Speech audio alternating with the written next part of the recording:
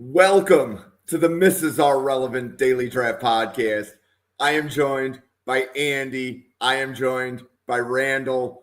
We're going to be talking about some wide receivers here in a few minutes. But before we get started, Andy, how are things? I'm doing great. How about yourself? Oh, this is my favorite time of year. And I get to listen to Randall talk about wide receivers, and it doesn't get any better than this. You're hyping me up way too much. I kind of hate it. Randall, how about you? What's going on with you? Good. You know, Bills took their first loss, but then we got to see a lovely 101-yard pick six on Patrick Mahomes yesterday with a loss. So that was chicken soup for the Buffalo Bills soul there. Yeah, so we do scouting reports. So all of Draft Professor content from now until the holidays is going to be breaking down players on the podcast. And we generally do 8 at a time. This episode had an afterthought added, and it turned out it was a really good afterthought from what I heard a little bit backstage. To the best of my knowledge, Randall and Andy have not compared notes. So what you're about to see are authentic takes on the wide receivers that we're covering. So every show we're covering 8 receivers. And if you follow the podcast for 8 straight weeks, you're going to see us evaluate a significant number of undrafted free agents or wide receivers that go back to school. And with any luck, we're also going to cover every wide receiver drafted in rounds 1 through 5. So, Brandon. I'm sure we'll get there. I'm sure we'll get there. Brandon, it is really good to see you here. And here are the wide receivers that we are covering today. So, we're going to do Brennan Thompson of Mississippi State. We're going to do Michael Jackson III of Purdue, Ashtyn Hawkins of Baylor, Eakin from Texas Tech, Malik Benson from Oregon, Malik Rutherford from Georgia Tech, Ryan Davis from Utah, Colbie Young from Georgia, and finish up with Ian Strong from Rutgers. So if you remember my introduction at the beginning, I said we cover 8 receivers and there's 9 on the list. And that's because on a team preview, a different draft professor, shout out to Chris, Last Call with Chris podcast, he said there's something to this Brennan Thompson guy. So, okay, so, Randall and Andy are doing wide receivers. Hey, guys, you got one more. We're going to do Brennan Thompson. And it turned out, Randall, you really like Brennan Thompson. So, Randall, do you want to kick it off?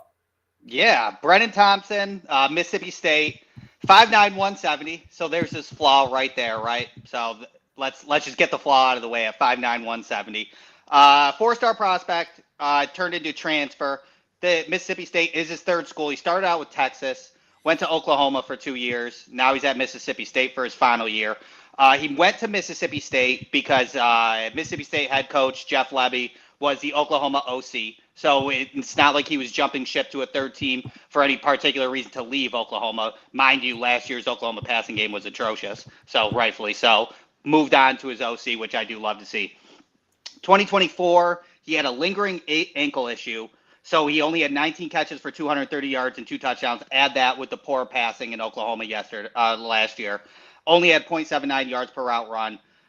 He only had 1 drop. He's got surefire hands. But 2025, he raised his level this year. It seems like the ankle injury might have affected him a little bit in 2024. Now he's got 22 catches, 378 yards, 4 touchdowns. Yards per route run is up to 2.64, which is interesting. 4.1 yards after the catch per reception. He's a quick-footed wide receiver. I really love his game and his route running. His route running is natural separating, and that's what I really love about him. He's super quick-footed with exceptional speed.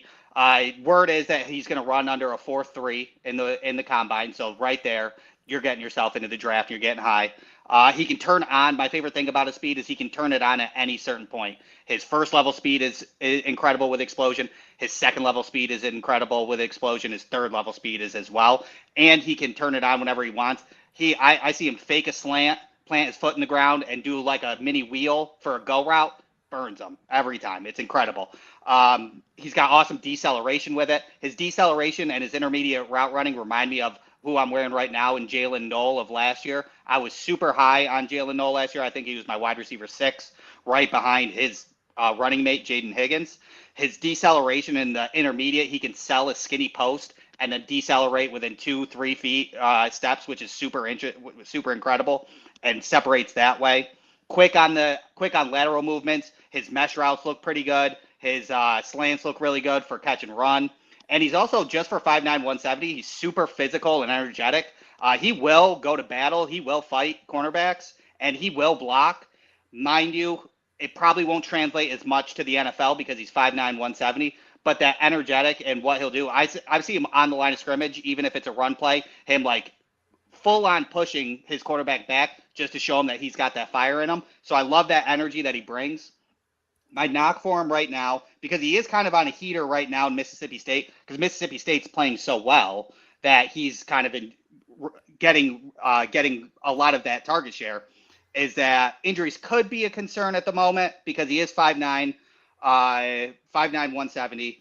He fought a lingering ankle issue in 2024, and then he did have to leave the Tennessee game with an injury, but he was back the next week in Texas A&M. So I'm going to kind of monitor if he keeps getting nicked up, and being 5'9" and 170 being nicked up is a problem in the NFL because those nicks will turn into serious injuries and you're out for a while. But right now, I really like his style.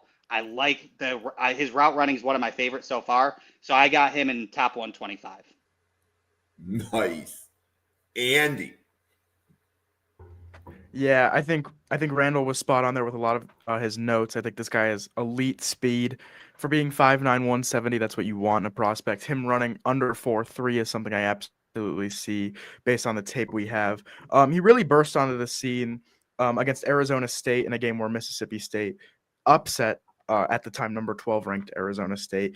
And this was a game where he really took over. A lot of the stuff you like to see is, as Randall mentioned, I'm going to sound like I'm echoing all of his points, but it's because he was so spot on. The acceleration, the deceleration, it's top notch. It's really what you love to see in these guys. This is just one of those guys where if you get him in the NFL, you're going to want to scheme him the ball. I know he's gotten a few carries this year, I'm pretty sure. And that's what you want with him. You want him to get the ball. You want him to show off in the open field. This guy's good in the middle of the field. This guy's good. And intermediate game, deep game. I worry about the frame. I worry about, he tries to play a little physical, like Randall mentioned. And that's just something I don't think holds up in the NFL at his frame with his play style. And really, this is a player where we're going to have to keep an eye on him throughout the whole season because of how limited his production has been in the past. But if he can this kind of play up for the entire season, we absolutely will be talking about him as, a top 125 player, as Randall mentioned. Yeah, Andy, the Arizona State game was incredible. So great call on that. And then that he had his touchdown that he had was a 50-yard touchdown, and he was running. He got inside leverage to go a go route, fade out into the corner pylon, got tripped up, and still ran that go route and beat him, and then located the ball above his head and basket catched it right to the pylon. It was everything you were looking for in a quick wide receiver with locating the ball as well to be able to be a deep threat, even though you're 5'9", 170. Yeah, absolutely. Okay, so that was Brennan Thompson from Mississippi State. I definitely want to give a shout out to Chris when we were doing the Mississippi State game preview, because that game preview, I believe, was last week. So that would have been like the Tuesday night podcast last week. I added him to the group and said, hey, by the way, Andy and Randall, you have one more. So Chris, without what you did, we wouldn't even have covered Brennan Thompson. But that goes to show that it's important for us as draft professors to have multiple opinions on which players we cover. So I didn't know it was the scouting report was going to come back that favorable, but that was really awesome to hear. So the next player is Michael Jackson III from Purdue. So there was a really good Twitter clip of a touchdown pass and a dance that Michael Jackson did when he caught the touchdown. But Andy, when he's not dancing in the end zone, you want to tell us about Michael Jackson III? Well, I think the celebrations are what's going to get him into the NFL. I mean, who doesn't love that? Who doesn't turn on the tape and see that and be like, oh, I love this guy already? So, yeah, I mean, that's it. No. He's a two-sport athlete with a background in track and football. Solid size profile at 6 foot 205. He's bounced around colleges, but every college he's been to is a good college. He's played at USC, he's played at Georgia, and now he's at Purdue, where he's actually finally playing, where he's finally getting the ball, where on a consistent week-to-week basis, he's actually involved, which wasn't the case before. Knows his way around good competition as a result. Solid player in the slot with sure hands. It's interesting to track this year because, like I mentioned, this guy hasn't really played before, and he's I believe, a fifth-year senior or maybe a fourth-year senior, but he hasn't really played much before. So this is another guy where we're going to have to keep an eye on all season long to monitor on an NFL note. The one problem with him is I don't think he latches onto any like elite trait. There's no trademark stuff with him. Other than his dances, of course, that's it. That's his trademark stuff. And I thought he played with, like, for his size, I thought it was a little lackluster play strength, but I might be wrong. He could have played with better play strength in games I wasn't watching. But yeah, kind of limited just on tape we have, because I mentioned hasn't played much before. He's been in so many deep receiver rooms that this has finally been his breakout season. And he's finding a good connection in Purdue with Ryan Brown. So yeah, just stuff I like to see. Randall, how about you? Yeah, I think with Andy mentioning it, I think it's very, very confusing and something that we need to monitor throughout the whole entire year, because I am surprised that he started out as a 3-star prospect and he stayed a 3-star transfer when he was moving over to Purdue, which was interesting because I think he got one catch in Purdue and that was it. And then he decided to hold out. He didn't play. He only played special teams in Georgia, decided to transfer and go to Purdue. USC, he didn't get much production. So I was surprised when I saw he was still a 3-star transfer. But, I mean, again, another confusing thing is he's at Purdue, and a lot of these are blowouts, but he's having solid games against bigger competition. He had 4 catches, 62 yards against Notre Dame, 7 catches, 70 yards against USC. He had 14 catches for 94 yards against Illinois. So those are good production stats against the tougher teams that they are playing. So that looks good on a holistic standpoint. But I do agree with Andy on like who he is, like, like he's a 6 foot slot receiver with gadget capabilities. So kind of like he can do some of the stuff that Debo could do if he goes to the NFL, do sweeps and run after the catch and things like that. His short and intermediate route running is really solid. He's got pretty much in the short and intermediate, he's got almost a full route tree in his bag. He can run a good whip route. He has good hitches, ins, outs, and slants and stuff like that, and crossers. I don't see enough speed for a go route, to be honest with you. I think the only way he can get that is through contested catches. He hasn't gotten a single ball thrown with 28 air yards or more this year, so kind of still looking to see that. But I think he's got about 4.55, 4.6 speed, so go routes aren't going to be a specialty no matter what, especially at 6 feet tall. 2 fumbles in the first 5 games is a concern as well. So ball security is an issue at that point. So if you combine all that with what Andy said, and with trying to figure him out in 1 year with the production being at Purdue while being with bigger schools before and having no production is a concern. So at the minute, I have him as a UDFA and wait to see as the year goes on. Okay. So the next player we have, and that's the wrong picture. So we are covering Ashtyn Hawkins from Baylor, but that is the picture of Malik Rutherford from Georgia Tech. So it's the right player, but it's the wrong picture. So Ashtyn Hawkins. We'll remember. Yeah. Yeah. I'm going on this one. Because Andy did the second one. We're rotating. Okay. Ashtyn Hawkins, Baylor, another thin frame guy. 5'10", 168. He's a redshirt senior. One of my favorite things about scouting reports is finding players like these who was a 0-star prospect into a 3-star transfer from Texas State, was a 0-star prospect, went to Baylor as a 3-star transfer. I love that because he's putting in work. He had some eligibility issues this year for his final year because he's trying to get that 5th year. So in the scheme of Baylor, I have a question. I wonder if Andy kind of saw this as well, is I'm nervous a little bit about the production of Ashtyn Hawkins because he had a lot, 70% of his yards came from week 1 and 2. Auburn was four catches for 70. SMU had 10 catches for 145. And I believe Baylor kind of made their wide receiver room because as they were fighting for Ashtyn Hawkins' eligibility, they picked up people like Cole Wilson, who else was it? Colbie Prentice, all those 5'10", 190 guys right around that area that have similar attributes to them, because it dropped off after the SMU game. Kind of production has dropped off, but his route running is really, really solid. He's quick slot receiver, but can be used outside. Press man, he can get through on twitchiness and elusiveness. He's patient in his route running. He has really good lateral movement in the route running to decept on going inside or outside leverage. He's got very good IQ in zone, knows when to sit in zone and just be patient, let the quarterback get ready to throw it to him. And if he gets covered, he knows how to shift. And that's probably my favorite thing about him. My second favorite thing about him is his catch and run. He's a super fast dude on all 3 levels. 3rd level is a little concerning, but 1st and 2nd, he explodes out. But once he gets the ball in his hands, he rushes like a demon and tries to get all those yards. And for somebody that's 5'10", 168, sometimes you think they're going to go sideline to sideline. He's more of a vertical guy and pick up as many as you can. That showed in the SMU game. He had 8 first downs on his catches out of those 10 catches. So he was just running to those sticks, making sure he got there. I love that about him. He's just a very sound wide receiver in general.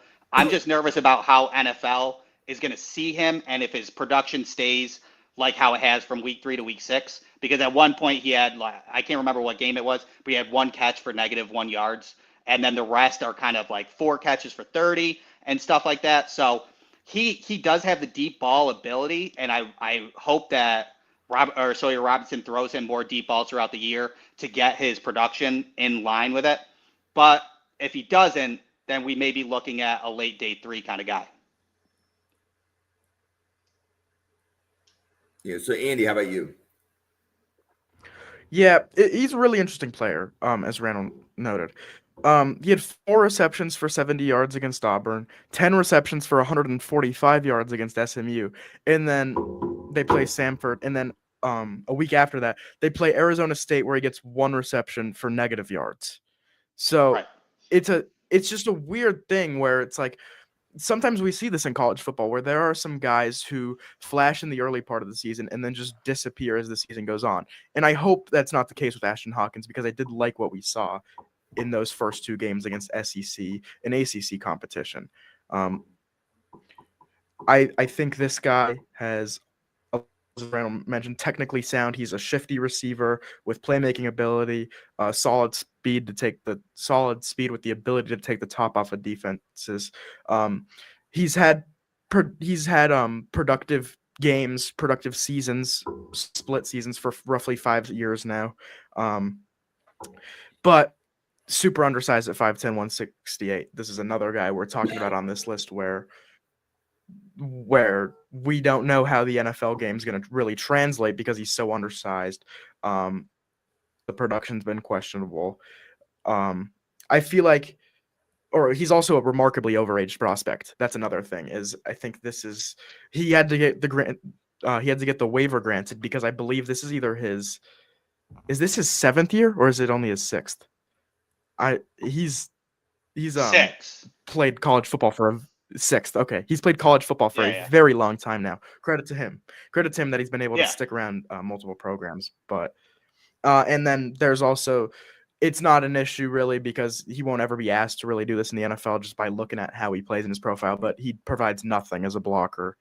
But yeah, I think if he can just find a way to continue the production we saw against Auburn, against SMU, against Big 12 teams, as now we're in fully to conference play, then yeah, we'll be talking about somebody who will be drafted. But at this point, it's so up in the air just because of the inconsistency. Yeah, I will say, because I watched the Auburn game this year, the Auburn game, SMU game, and then I watched the Oklahoma State game. The Oklahoma State game did have 2 or 3 opportunities that 2 were deep and 1 was intermediate where he was open. So the production opportunity is there, and Robertson didn't hit him. So I will give him credit where Oklahoma State was 2 receptions for 15 yards, probably could have been 4 for 75 in a different universe. So it's there and it's available. And I know Baylor has a lot of good wide receivers, so there's only one ball sort of thing.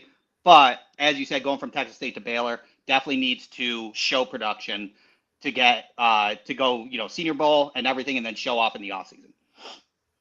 Yep, and we will be covering a few more Baylor receivers. They're just not on this episode. So the next player, Eakin from Texas Tech, and I did check. He was the 50th receiver on PFF. He was not in PFF's top 50. So I was making a comment backstage, and apparently I didn't know what I was talking about. So Eakin from Texas Tech, he's a top 50 graded PFF wide receiver. Randall, what do you have on Eakin? Eakin, Texas Tech. He's a redshirt junior, so he could have one more year if he wants to stay. 6'2", 210, one of the best NFL builds, to be honest with you. One of my favorite at 6'2", 210 because you're elusive enough, but then you're powerful enough at the same time. Track star in high school. He ran relay races, so he's got that speed. He's got that continued speed, which I love.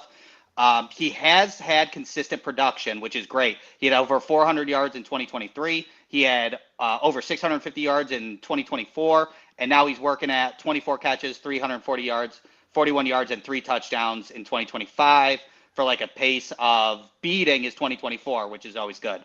In 2024, he had 108 passer rating when targeted. This year, he's up to 2.73 yards per route run, which is great. 7.1 yards after the catch per reception, and 135 passer rating when targeted this year, which is great. He moved to, in 23 and 2024, he was 90% of his snaps were out wide. And then in 2025, they pushed him in the slot. So they basically made him into a power slot instead of using him out wide. So that's super interesting, and he's still kind of learning that. But I think his route running kind of fits a power slot more. He's got solid twitchiness for 6'2", 210, and can get to the second, third level quickly on crossers and just open up zones, which is really good if you're trying to throw over that second level. And those linebackers, he does a great job. He's quick-footed, so he can move laterally very well and moves with double moves and can extend it. He invites physicality, which I love. He wants all the physicality he possibly can, whether it be linebackers, cornerbacks, or nickels. He wants that. He's a good blocker. He has good technique in blocking, so that's going to go a long way into him becoming an NFL wide receiver. He's good in press man, good in the first 5. He doesn't let the timing affect him. He's got solid soft hands and late hands on the sideline, which is impressive. 2024, he was up against Travis Hunter versus Colorado, had 4 catches for 40 yards, and it was honestly a good, fun matchup. He held up pretty well against Travis Hunter, to be honest with you. He burned him a couple times, beat him on a double move, but didn't get it thrown to him. So that was super cool. My knocks for him was speed is questionable. He'll probably run, if he runs a 4.50 in the combine, I think that will raise his stock, but I think it's going to be more close to 4.58. And that's where you're kind of in that dead zone for 6'2", 210. So that's unfortunate. And just not a consistent separator. So he can win in his route running, but it's just not consistent because he is a bigger guy and the speed is a little bit slower. So cornerbacks can cover him. Right now, I do have him as a draftable in that 175 area. I think maybe he can get in the 6th round or the 5th round at the moment. I do hate doing this because it's kind of I believe it's white on white, but he kind of reminds me of Jack Besh a little bit, to be honest with you. He's a power slot Jack Besh type. He invites the physicality, loves the nitty gritty part of football, but then he's also a good enough route runner to where he can kind of earn that role as well. Okay, Andy, what do you think? Yeah, I think going back to the point where he played out wide last year and then in the slot this year, I think that did wonders for his stock and made him, an NFL prospect because his profile just fits so much more, in my opinion, because of it's tougher for him to beat corners who go step for step on the outside. But on the inside, in the slot, he's able to showcase his route running ability. He's able to showcase how much of a sure-handed, reliable target he is, especially in the intermediate game. He's taking noticeable steps in progression, like every single year, I feel like, to where, at the end of the year, we could be talking about him as like a 5th-round guy, maybe even 4th-round guy. Like he's kind of a slot mismatch, honestly, because you can put him against like a 5'9" nickel at this point, and he'll be able to out physical them, or you can put him against a linebacker and he'll beat the linebacker because he's such a technically sound receiver. But it is interesting, though, for being a 6'10", 210 receiver, I feel like generally the guys we're going to put him up against, like when we compare him with other prospects, we're going to compare him to guys who can play outside pretty perfectly on a college note. So that could kind of hurt his stock in the future. Like if we compare him to, I don't know, a couple of the other receivers in this class at a similar height, weight, we're going to probably prefer them over Eakin. But it is interesting to note that, he has gotten better since moving into the slot. Very reliable, sure hands, as I mentioned.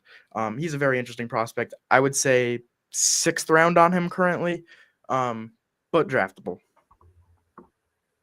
Yeah, that's a good point. With the, those outside receivers are probably going to go first at that point. You're very right about that. And then it's where does the pecking order go for Coy? And I think eventually he gets there, but great point. Okay. Next player, Malik Benson from Oregon. Andy. Yeah, Malik Benson is probably my second favorite player on this list, actually. I feel like he's taken such a step up this year. He's gotten so much better since coming to Oregon.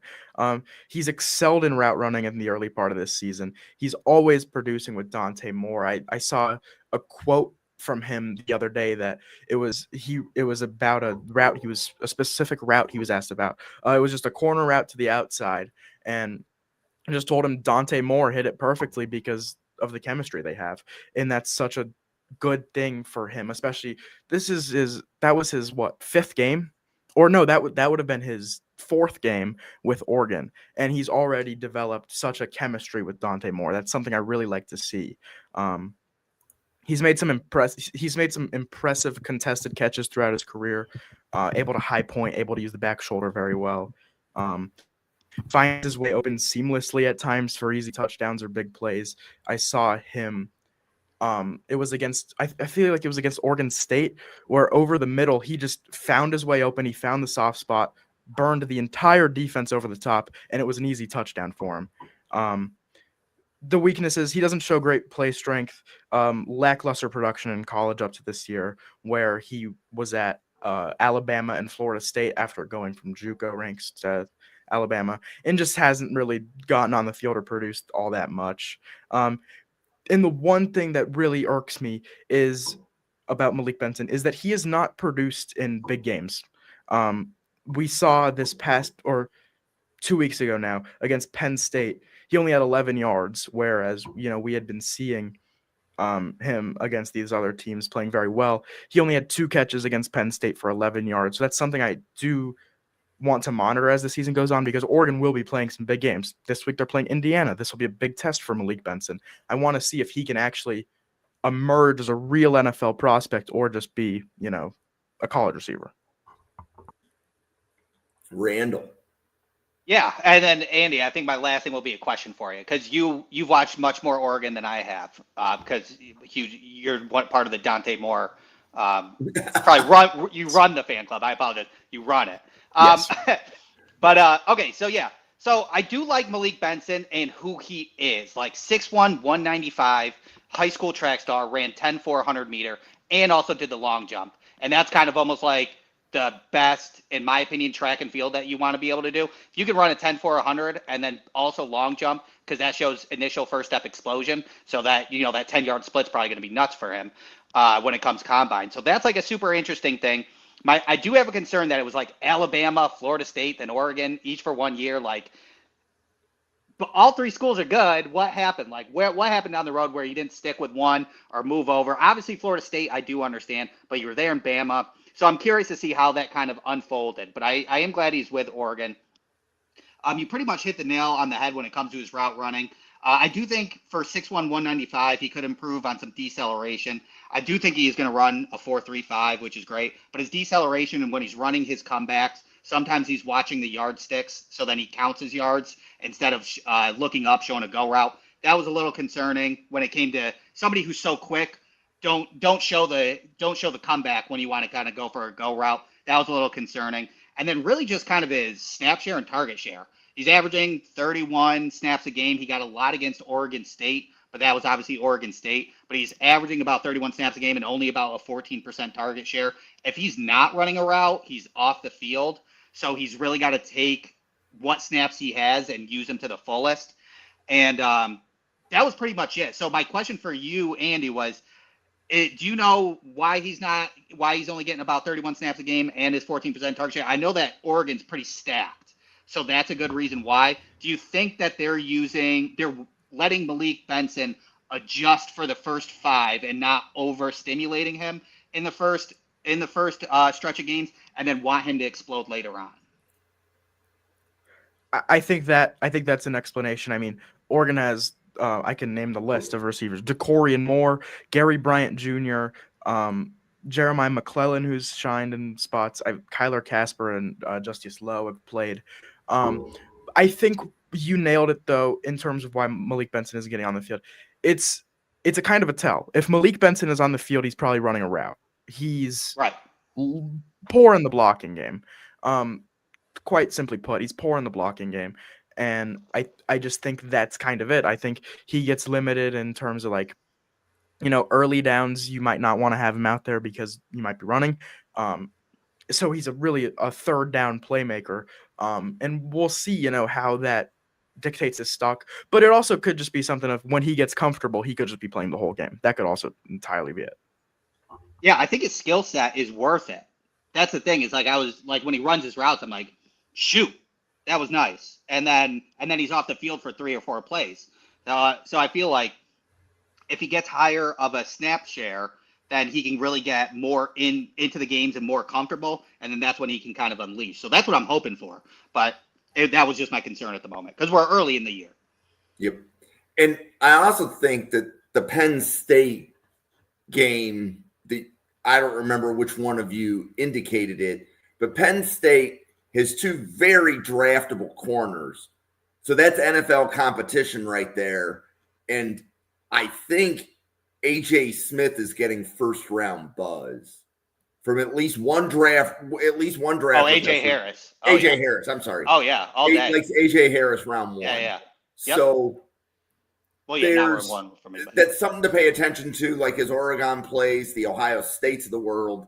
Again, Ohio State is 2 draftable corners. Definitely pay attention to the production against NFL caliber corners. So. Okay. So this is Malik Rutherford from Georgia Tech. So Randall, you want to kick this one off? Yeah, Georgia Tech, Malik Rutherford, 5'9", 170, redshirt senior, so final year. 3-star prospect, ran track in high school, stayed at Georgia Tech his whole entire time, so 5th year at Georgia Tech, which is cool. Got a starting role since 2023, so that's great. Over 500 yards in 2023. In 2024, he got over 700 yards, 3 touchdowns, had a 2.35 yards per route run, which was great. 2023, he had 1 drop, and he bumped it up to 6 drops in 2024 with 1 fumble, with adding just about 18 targets. But he's cleaned it up now. He's only got 1 drop. For 2025, he's at 16 catches for 155 yards and 1 touchdown. He's on pace for basically his 2024 year at 64 catches, 620 yards, and 4 touchdowns, which was a little surprising to me because the one thing I did notice, because I had to take a look, because I really like Malik Rutherford's 2024 tape more than 2025 tape. In 2021 to 2024, his average depth of target was not under 6.5 yards per year. And at this year, it's down to 3.3. And if your average depth of target is 3.3, we're talking a lot of behind the line of scrimmage throws and a lot of quick flat routes, and which I don't like because I really do like Malik's ability as a slot and gadget guy, but in press, he's twitchy enough to kind of get around him, and he can run vertically in on-go routes and get through it if he can separate. So just like how we talked about earlier with shorter guys, if you can separate on-go routes, you can still use him in that manner, which is great. He can run probably in the mid 4.3, so he's got that kind of speed, which is NFL caliber at his height for sure. Blocks in college, probably won't block in the NFL based on his size, but he does try to block, which I love. He had a pass touchdown at Clemson. That was cool. So add that to the slot and gadget. That's another thing in his bag that he can obviously use. I believe, was it the Rams who had a passing touchdown last week that they talked about that he threw 5? There was a wide receiver there, like in college, he threw 5 passing touchdowns as a wide receiver. So bring that back into Malik Rutherford. He can definitely throw a ball. Overall, when it comes to Malik Rutherford, he kind of reminded me, he gave me Isaiah McKenzie vibes, Jim, to be honest. And That's good. That's good, to be honest. I love Isaiah McKenzie, but he'll have to probably get into some special teams, some kick returner and punt returners. I don't think he did any in 2025, but he did in 2024 and 2023. So if you can become versatile in special teams and a wide receiver 4 or 5 in that gadget slot role, there's definitely a spot for him in the NFL. He's just got to kind of shine throughout in 2025. Andy, where are you on Malik Rutherford? Yeah, I think Randall stated it perfectly.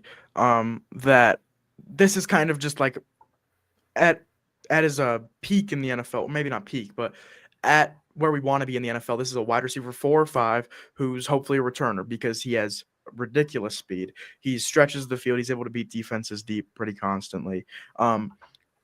Solid production, 702 receiving yards with 3 touchdowns last year, and having a solid start to the year this year. Nothing crazy though. He's reliable over the middle of the field.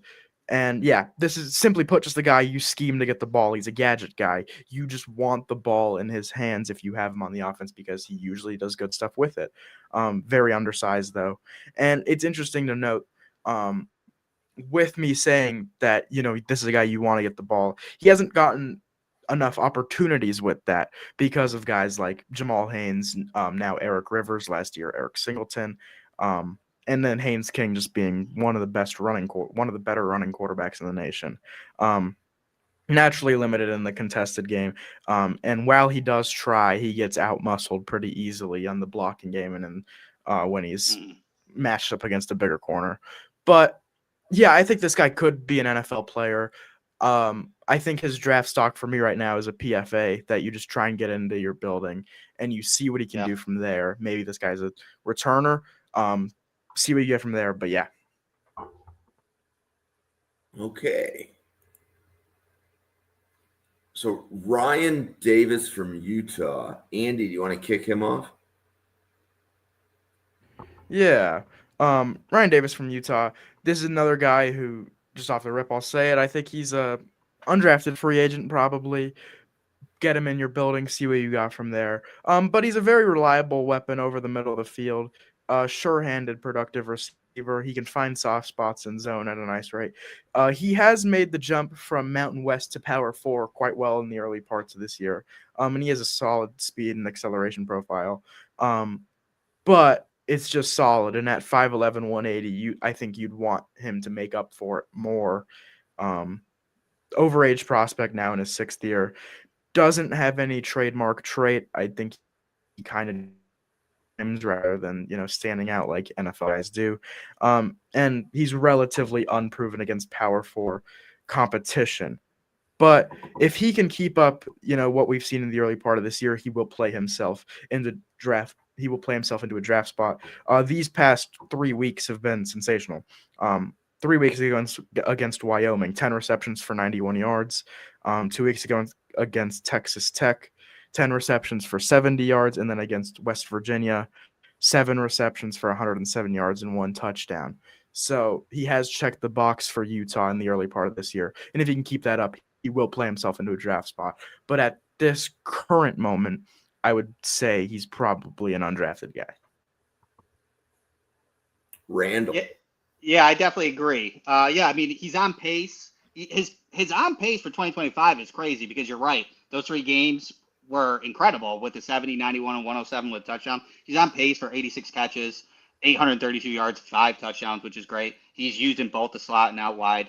But yeah, he is. I mean, I think this is his 7th year, but it shows in his route running and in the veteran presence that he has because he's got a high IQ in route running. He's really good in zone awareness, knows where to sit in spots, and knows when to move what he needs to.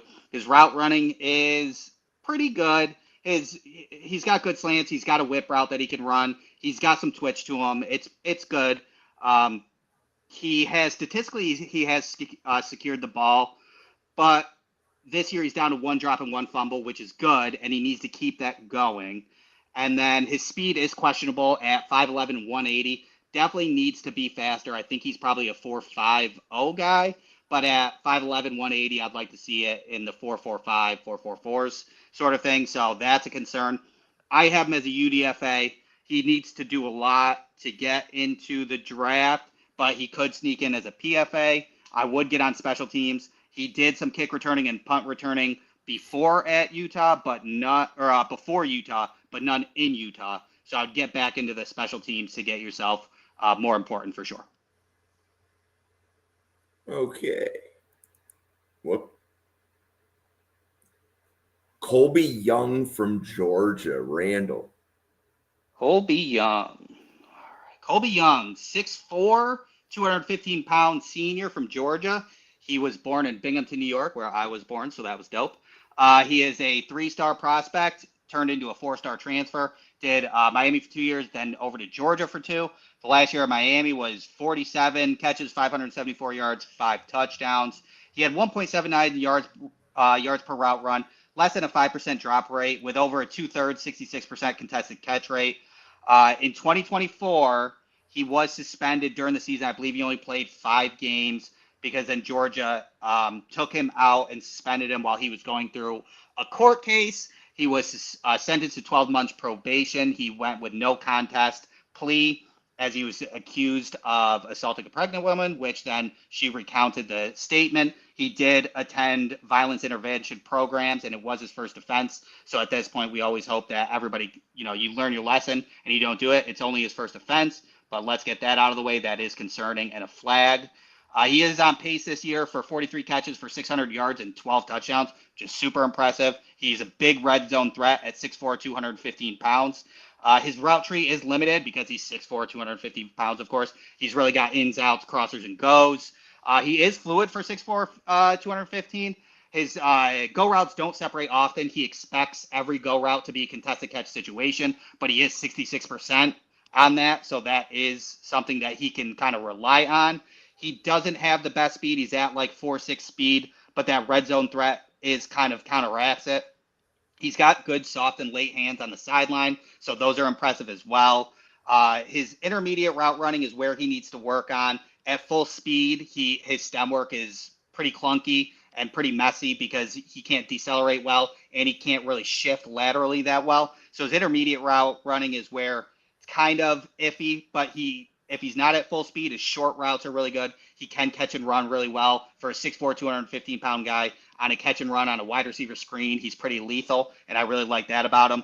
His crossers are good because he can leverage himself. If anybody is in trail technique on his crossers, basically you can't get him because he's such a big guy. He's got strong hands to where he basically can win every one on that. His physicality is there with his height and weight, which is great. He has a good game. He has good blocking as well. He had a great blocking game versus Bama in run blocking and on the slot side and on the wide side blocking linebackers and cornerbacks. So that was good to see. I would like to see him, if he wants to get higher in the draft, I would like to see him kind of take like a Matt Collins type role where start inline blocking more often to show that you can block in the run game better, and then you can be used as that type of weapon as a wide receiver for. Right now, if he can kind of learn that, I think he could move up in day 3. But I think with the combination of his size and fluidity, he is in that 6th round to start, and he can move up. Andy. Yeah, I think once again, I think Randall said it perfectly. I think this guy probably by draft night, probably a late day 3 guy, prototype X receiver at 6'4", 215, red zone specialist, high points very well, you know, on pace for 12 touchdowns this year. That's very um, reflective of his skill set and that's what he'll make his money with in the NFL if he can, play a long sustained career. Is it will be because of his red zone ability. He succeeded in multiple offensive systems, which showcases good football IQ. Solid catching in traffic. There is the route tree is limited, but we can give him some leeway because he is 6'4", 215. Lacks top end speed to consistently threaten over the top. But I think his overall speed is fine. He can struggle to separate against press coverage. I've found limited experience against limited experience against top competition is something. Raw as a blocker, take on the Mac Hollins role, show you can block. That would help his stock a lot. And then lacks great short area quickness. And then, of course, the character red flag is round out. We don't need to get deeper into that. So that he is an interesting player, all things considered. I would slot him late day 3 at the moment. And I'm interested to see if he can raise that at all.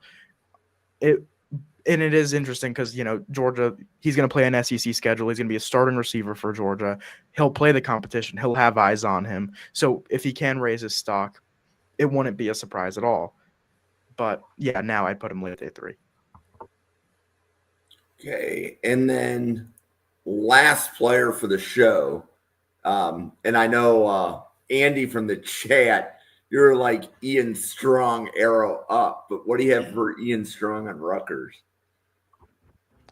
Yeah, I was very impressed with Ian Strong. He's been a guy I've tracked for a while now, and true junior.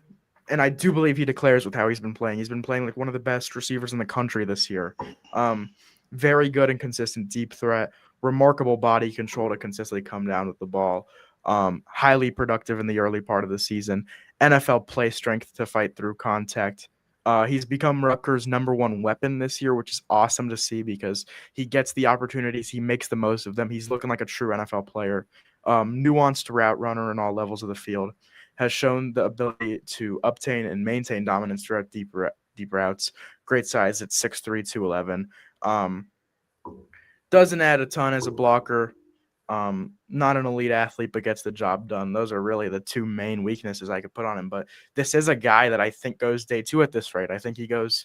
I have a 3rd round grade on him right now, but I wouldn't even be that surprised if he moved into the 2nd just because of how high I am on him and how high more people will get on him as we get deeper into Big Ten competition. As like I mentioned, more eyes on him. Yeah, he's formed a fantastic duo with, and I really know I'm going to botch this name. I'm not even going to try and say it. The Rutgers quarterback who everyone is high on. Yeah. Callicamanis. Hey, listen, yeah, my wife is 100% like Greek. I'm probably getting yelled at from the other room because I can't pronounce it right. Very good quarterback. I just can't pronounce his name. Yeah. 7 receptions for 100 yards against Ohio, 9 receptions for 116 yards and 2 touchdowns against Miami of Ohio, and then continued that dominance against smaller schools with 8 receptions for 151 yards against Iowa, and then had 5 receptions for 46 yards against Minnesota. But with performances like these, we're going to be talking about him all year long as an NFL draft guy. And I'm really excited to see what he can do against teams like Washington, Oregon, Illinois, Ohio State, and Penn State, who are all on Rutgers' schedule this year, and all will be matchups I'll circle for Ian Strong. Randall. Yeah. I mean, there's a lot of things that I have in my. I promise you that me and Andy did not connect on these. But yeah, I mean, I have a lot of stuff that he put on there. Like our scouting reports are close to identical. But yeah, Andy pretty much nailed it. He's on pace this year for 87 catches, over 1,200 yards and 5 touchdowns, which is super impressive. And that should top out probably top 5 or top 7 draftable wide receivers when it comes to stats.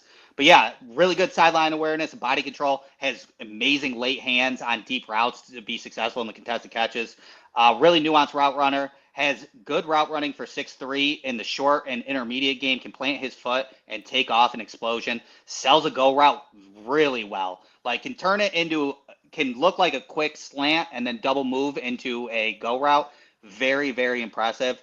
Doesn't sell leverage at the stem of the route and can shift directions really quickly. Very subtle in those. Press man is good with his physicality. His second half, like his Iowa, he had 8 catches, 151 yards, and I did not track it between first half and second half, but his second half was, as you just said, was top 100, and that second half was unreal. It was one of the most fun ones to watch when we were doing this scouting report. And then his Minnesota game, he had 5 for 46 against Minnesota.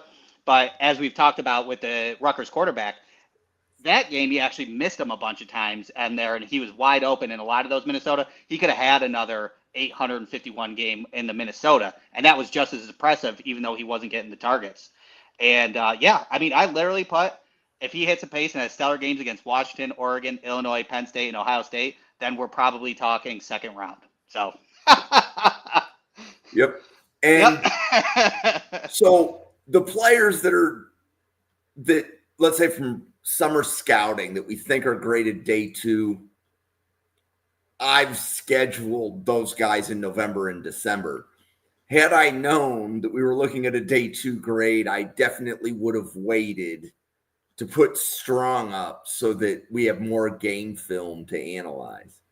But that's awesome to hear, because I think Strong was not on the original list.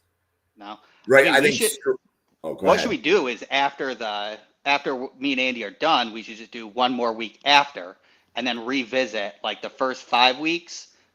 Like me and Andy make a top 10 wide receiver list of the first 5 that we did and then bring them back. Absolutely. We definitely have the time. I'm like, right. So Randall, obviously, 12 months ago, right? Randall is when we started doing this, right? Yeah. And if you think about, like, we just did 9 receivers in 52 minutes. Solid. And Randall, I don't think any of the podcasts last year took less than an hour. Oh, no way. Me and Bill were chatting.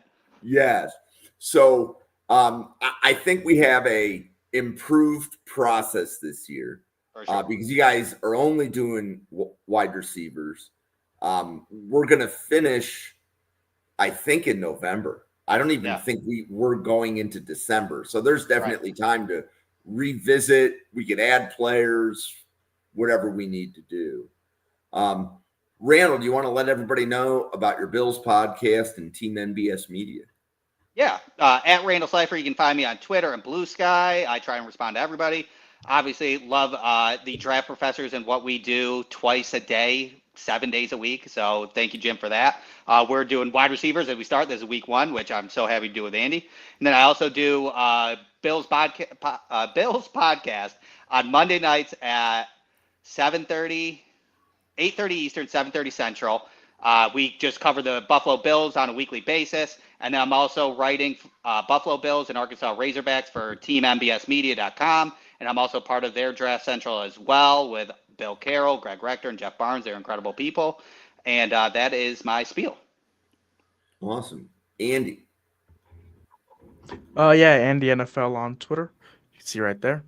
But yeah, just doing draft stuff all year long, coming on here on every Tuesday to talk about receivers with Randall. Very fun time.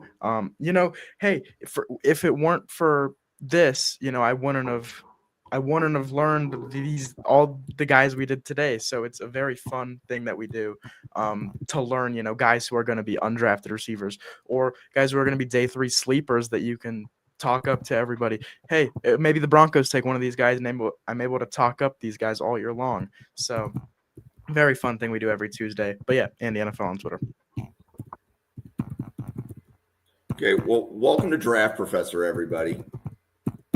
We are here every day, as Randall and Andy have indicated.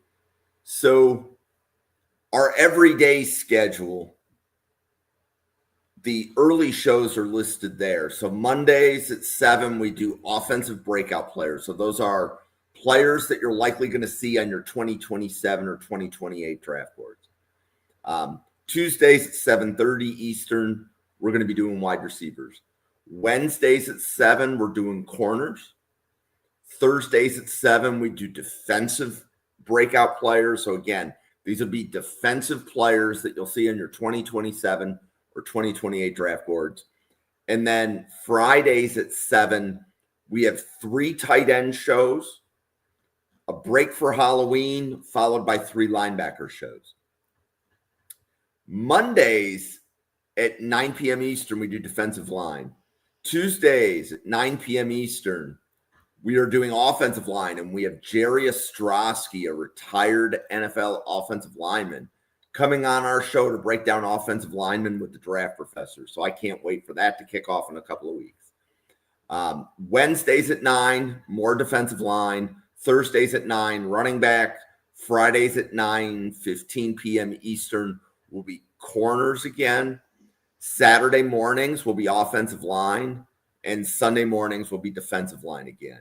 So, like if you saw like 3 podcasts for defensive line, there's 2 reasons. First of all, there's a lot of defensive linemen to sort through. So on average, 55 get drafted, but the list of players that people gave me was close to 90. Right, so like the Bill Sparks defensive line draftable grades and the Randall Slifer defensive line draftable grades had about 10 or 20 players that were different. So that's why we have 3 groups going through the defensive line, is so that if we start seeing players graded low, we can do different players on the other podcasts. But we're here every day, and the best thank you can give is to go to YouTube and hit subscribe. So hit subscribe on YouTube. A lot of the reports will also turn into shorts. So if you don't want to listen to a 1-hour podcast, you can listen to 1-minute sound bites of some of the player breakdowns. And that's available on Facebook and YouTube.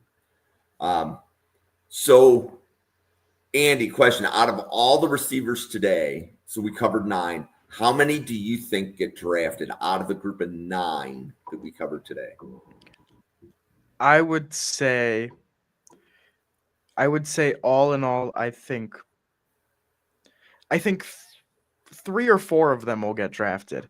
And yes, on Ian Strong, I think Brennan Thompson from Mississippi State at this pace will get drafted. We'll see if he keeps this pace up. I think Eakin will get drafted, and then one of Colbie Young or Malik Benson probably. So I'd say either 3 or 4 at this point. And Randall, how about you? Out of the 9 receivers covered today, how many do you think get drafted? Yeah, I'll go with 4.